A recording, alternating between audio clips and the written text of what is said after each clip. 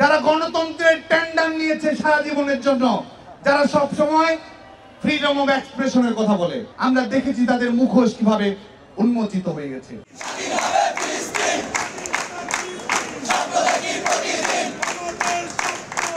স্বপ্ন দেখি প্রতিদিন স্বাধীন হবে ফিলিস্তিন, ইসরায়েলের কালো হাত ভেঙে দাও গুড়িয়ে দাও, এমন সব স্লোগানে মুখর ঢাকা বিশ্ববিদ্যালয় প্রাঙ্গণ।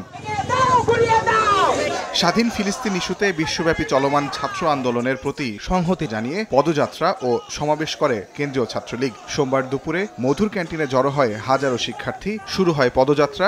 দীর্ঘ এই পদযাত্রায় সামিল হন ঢাকা বিশ্ববিদ্যালয় ছাড়াও রাজধানীর বিভিন্ন শিক্ষা প্রতিষ্ঠানের ছাত্রলীগ কর্মীরা।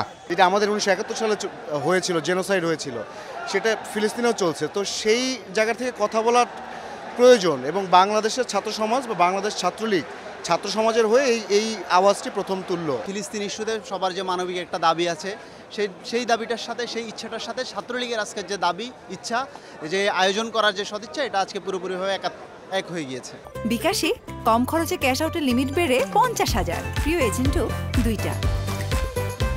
পদযাত্রাটি পুরো ক্যাম্পাস প্রদক্ষিণ করে রাজু ভাস্কর্যের পাদদেশে সমাবেশ করে। এ সময় বাংলাদেশে অধ্যয়নরত ফিলিস্তিনি শিক্ষার্থীরা প্রধানমন্ত্রী ও বাংলাদেশের জনগণকে ধন্যবাদ জানান। I want to say thank you to the Bangladeshi Student League for standing on this.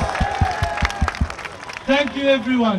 Free Palestine, free Palestine, free Palestine. I will thank the Student League of Bangladesh for this movement and also the government by Sheikh Hasina.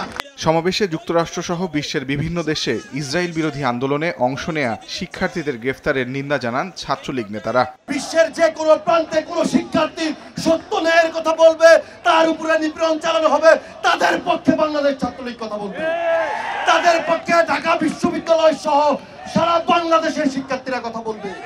The United States, including UN, they are nakedly supporting the Israeli oppression. যারা গণতন্ত্রের tender নিয়েছে সারা জীবনের জন্য, যারা সব সময় freedom of এক্সপ্রেশনের কথা বলে, আমরা দেখেছি তাদের মুখোশ কিভাবে উন্মোচিত হয়ে গেছে। বাংলাদেশের শিক্ষার্থী মাইমুনা ইসলাম নুহা, আপনারা জানেন যে কলম্বিয়া বিশ্ববিদ্যালয়ের নিউরো সায়েন্সের 3য় সেমিস্টারের শিক্ষার্থী, শুধুমাত্র স্বাধীন প্যালেস্টাইনের পক্ষে কথা বলার জন্য আজকে তাকে সাসপেনশনের আওতায় নিয়ে এসেছে।